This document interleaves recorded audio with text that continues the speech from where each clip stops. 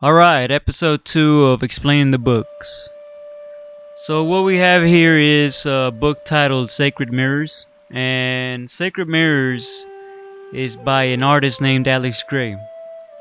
The way I came across Alex Gray was I was browsing through the library one day and I was checking out the New Age Spiritual section. Now, the New Age Spiritual section is mixed up with another spiritual subject of books that's a distorted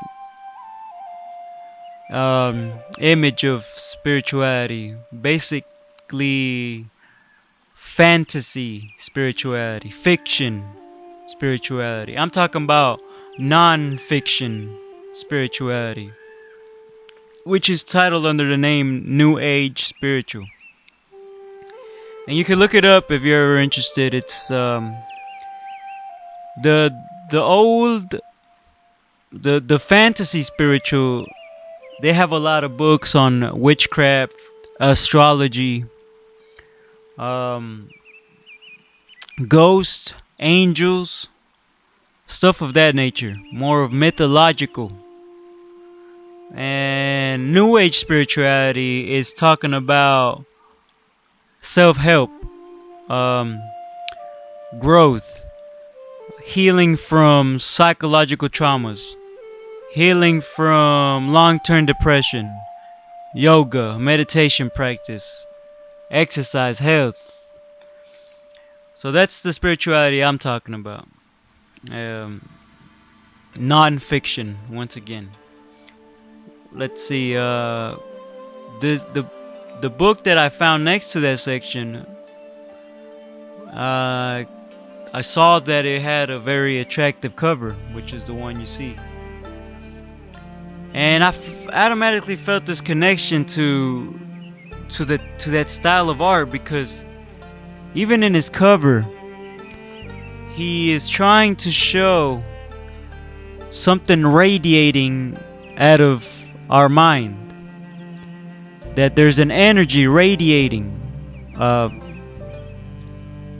sort of like the halo that a lot of religious art has around saints and Jesus and Buddha.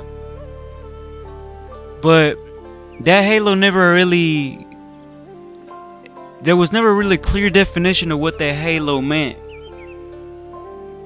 But that is the universal symbolic form in art of what consciousness is. It's basically the symbolic meaning of the conscience radiating out of your chakras. And chakras is a more like, say, health practice that originated in India. And this health practice was exercises in which yoga came about. Not necessarily meditation, but meditation can be integrated into yoga. And that, by that I mean a lot of Asian cultures that do the acupuncture. The acupuncture is based off knowing the energy channels in your body. In the Indian culture, there's the energy channels, but there's not so much acupuncture culture added on there. And in Asian culture there is, and which Indian is basically South Asia. But in this case, we're gonna talk about how this artist was inspired by those cultures in his art. And I'm just gonna show two pictures of what I know is the most impacting art that I'm able to remember in my mind. So let's flip to that page now. See.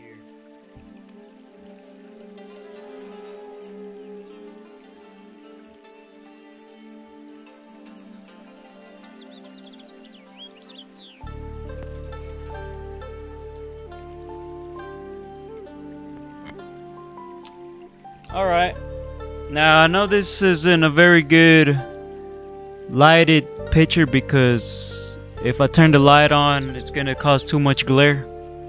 And this is a PS3 camera, remember. But anyways, the most that we can see here now is that those colors in the body, those are the chakras. And they run straight through the middle of your body. And at the very top, there's almost like a field, a bubble that engulfs the whole body, or becomes like a barrier through the around the body. This barrier is what I was talking about in the first episode about the electromagnetic bubble that we produce when our ego causes an imbalance, because those chakras have to be in balance with one another. Now, the point isn't perfection. It's the fact that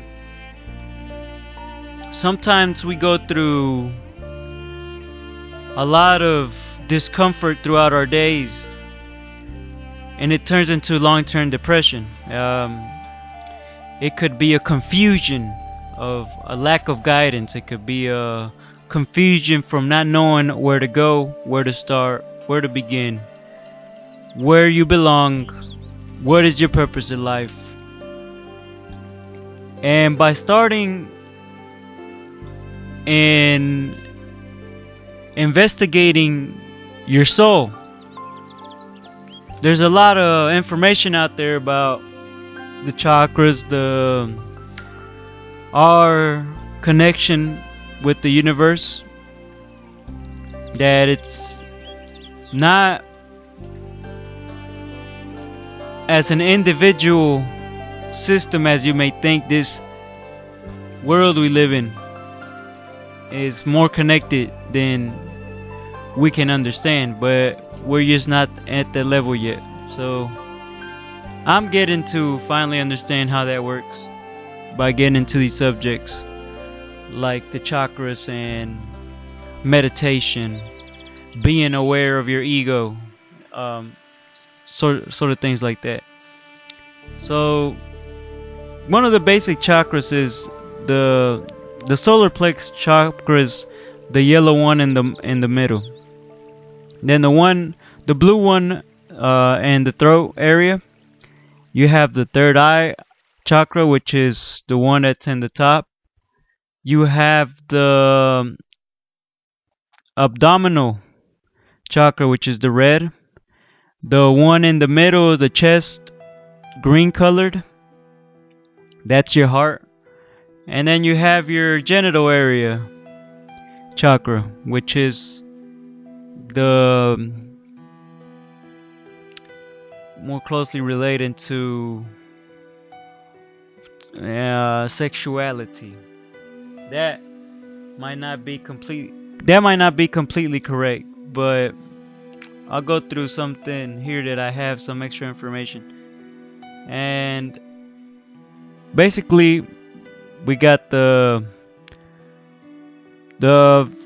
chakra that means the radiation of consciousness. That means I understand. The mind, the chakra that is the mind, is the third eye. It means I see. The throat, I speak. The heart means I love. The one in your abdominal area means I do. The one in your intestinal area is I feel. And the final chakra at the bottom is the I am.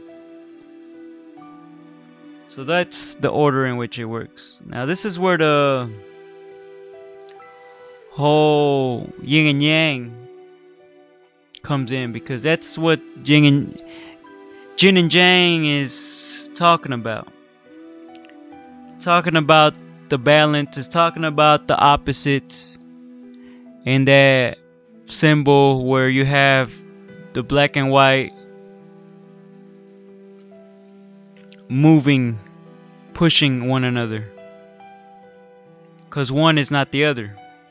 So we have stages in our life, which means ignorance, formations, consciousness, mind and body, sixth sense, contact, feeling, craving, clinging, becoming, birth, and then finally old age, followed by death. That's what the meaning of this art means. The meaning that is attached to the subject of the chakras and the balance, the yin and yang. Alright, let's go check out the final picture.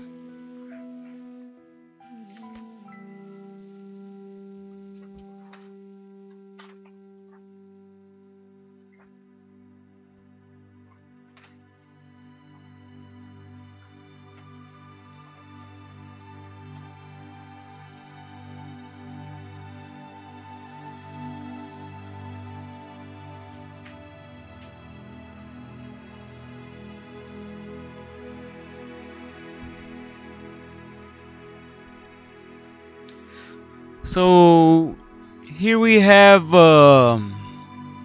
this is a 2-page picture, but I can't get into the detail on the details around the bubble. And as you can see, there's a figure of a man in a yoga position and energies feeding into the middle of his body.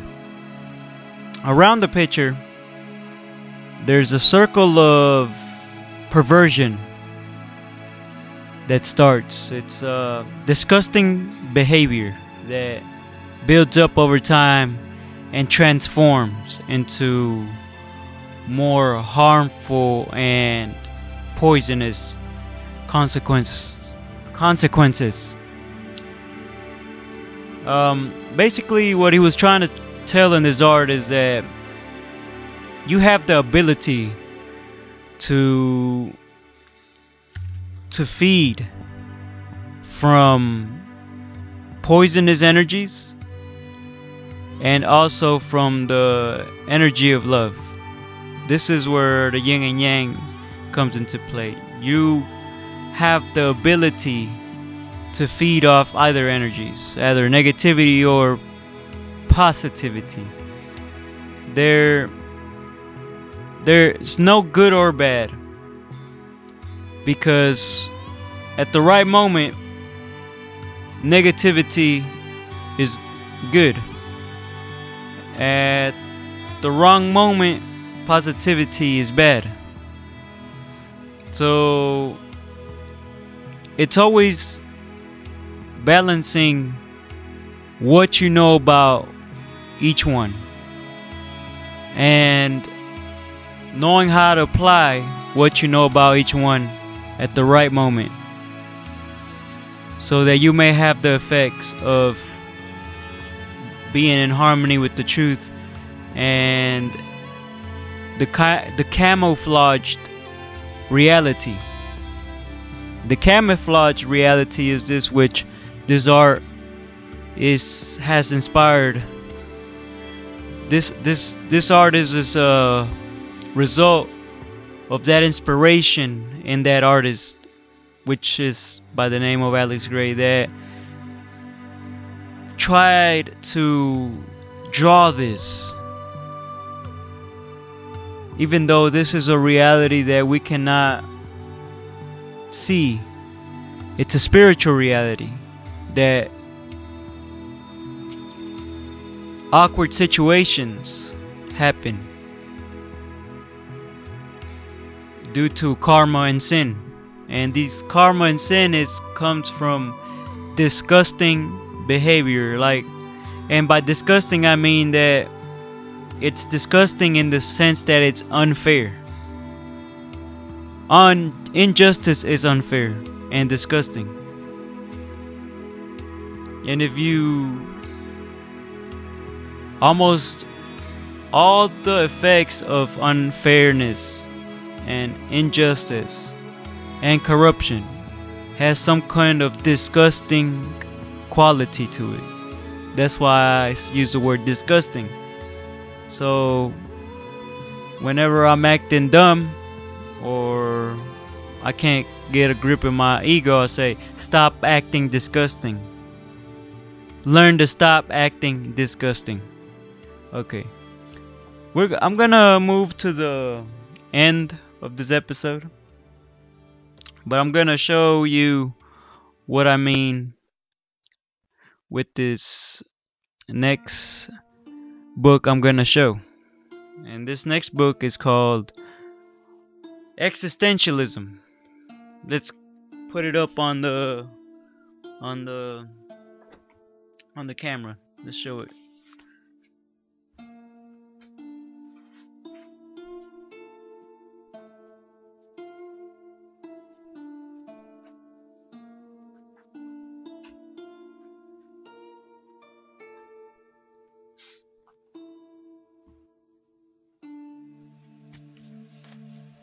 Existentialism was a movement that was started by the French because of how the French developed their political systems, and they were able to discover a very strong subject because of the rise of democracy and fair politics without kings and queens, and the starving of people and the enslavement of others.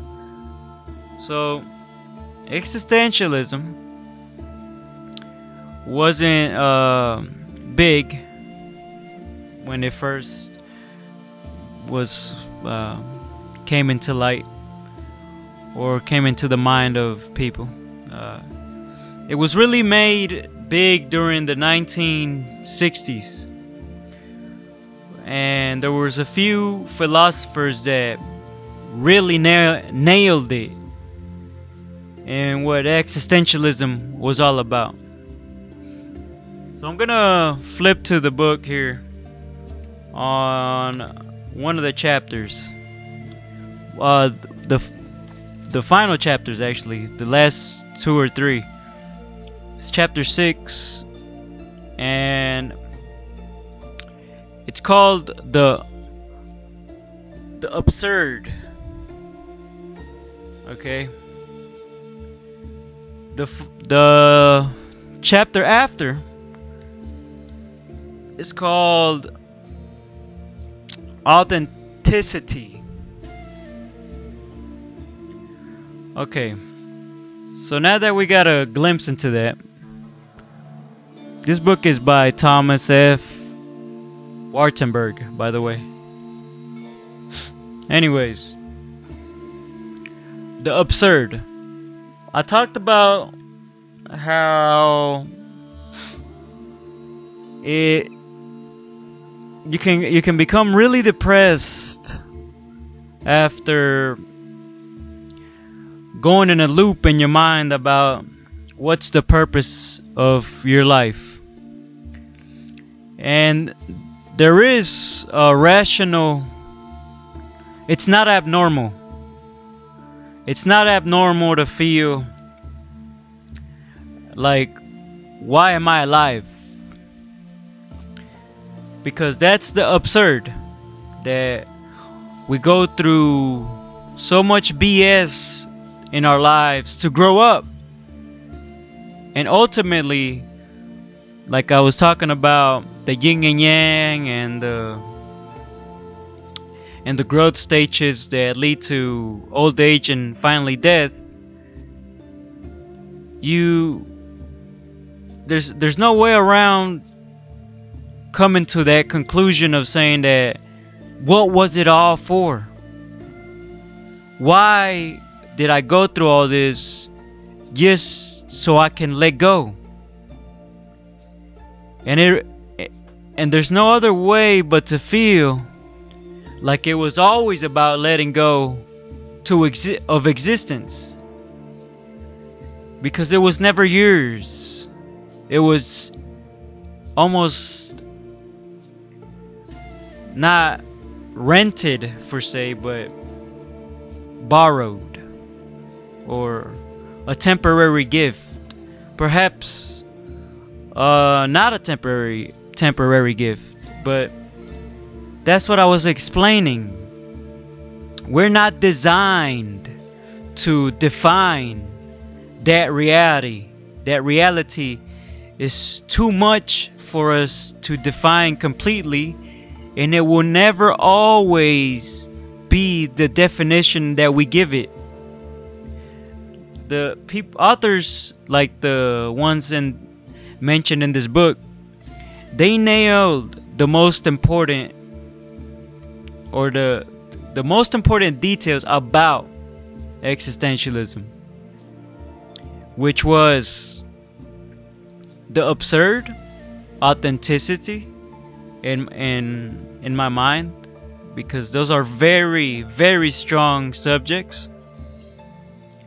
And that's what the absurd was the confusion of that it's not abnormal to feel like, holy shit, life is weird, because we try to be happy, but there's certain chaos that doesn't let us be happy completely. And it goes on like this to your death.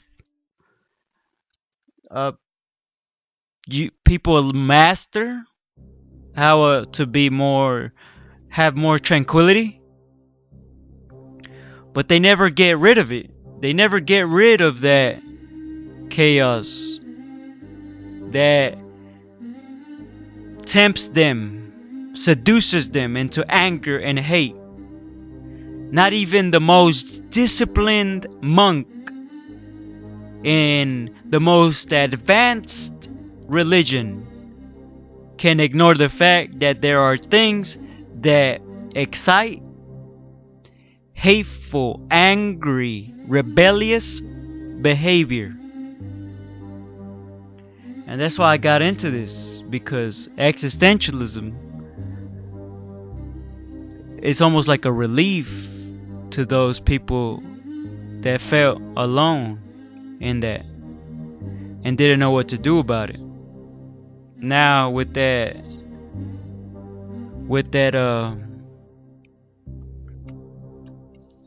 meditating on the subject about how absurd life is, you can accept it for what it is and practice, do the exercise, do the reading, the studying, all without pressure.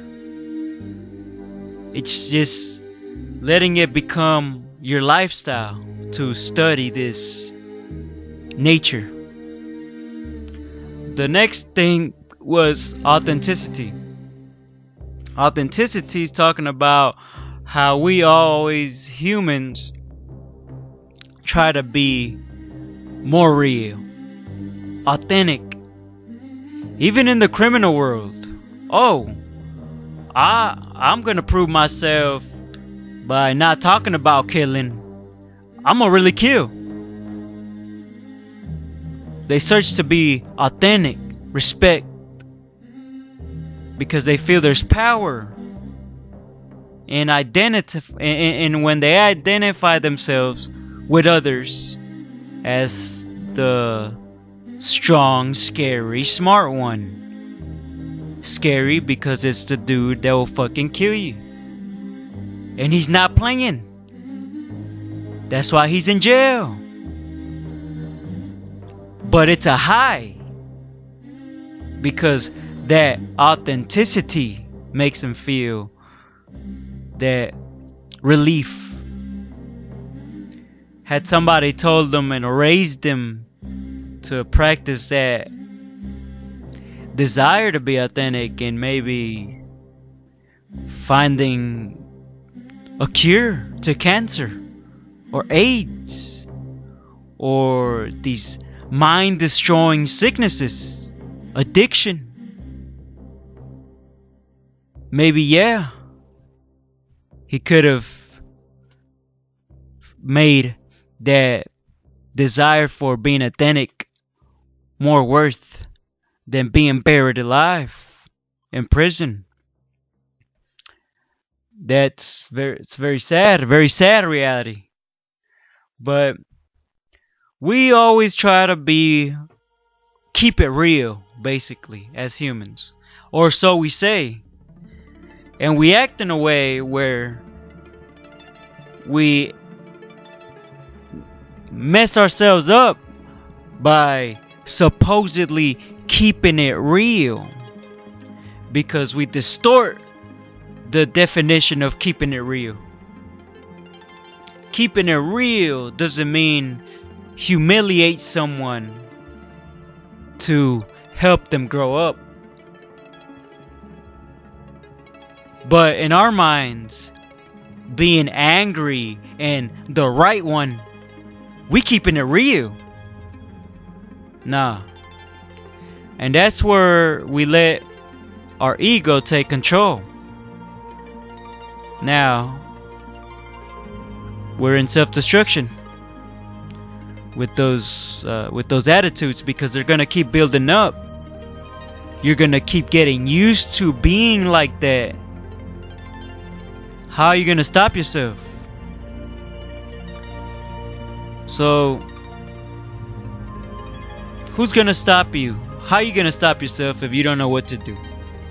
If you don't feel like going out there and finding the answers of how to control your ego. What is the ego? I don't know. What is being authentic? Being genuine. It means stop being fake. Stop putting on a mask on, because it's not a requirement. If you want to keep it real, sometimes people get bothered. But let them get bothered. You're a human. Okay? You do your best. We try to be perfect, but we never will be. Get over it. And talking about it makes me remember being a waiter. You're at the mercy of your clients. Sometimes waiters have to deal with a lot from bad attitudes and demanding customers, because they're hungry and they're mad and they're pissed off because their day went like shit, and they taking it out on people.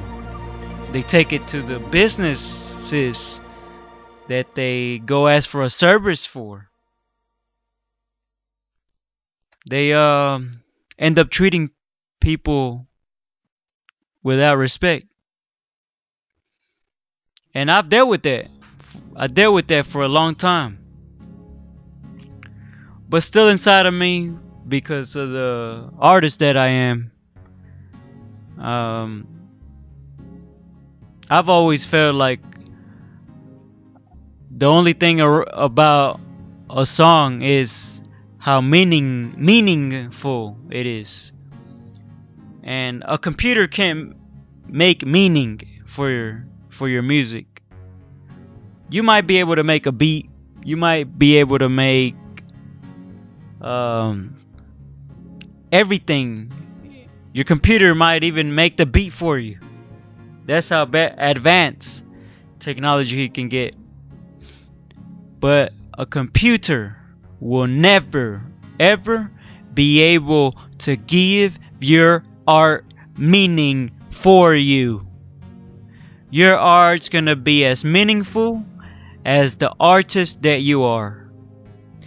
And it's gonna have that quality depending on the qualities that you have. The computer can't give your song quality. Only you can. So, as an artist, I rather talk about existentialism than some bullshit about cars, money, and hoes. And that's it. So, now that we're done, we've reached the end of this segment. So let's get ready to close out.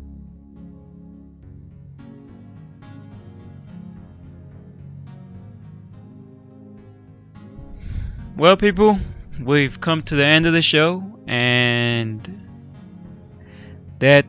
those were just 2 episodes about explaining the books, which was mainly about very important subjects that I have had to learn about in order to grow up some more and to expand my mind about getting a grip on my existence and just living life on purpose.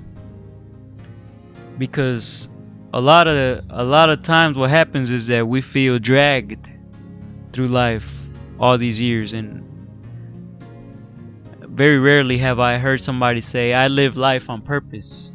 On purpose. Not just because I have to. Well, if I have to do it anyways, then I might as well live it on purpose instead of feeling like I have to. Alright. That is the end of explaining the books, and I hope you all have a great day. Thank you for watching, and hope we could do this again some other day. Adios.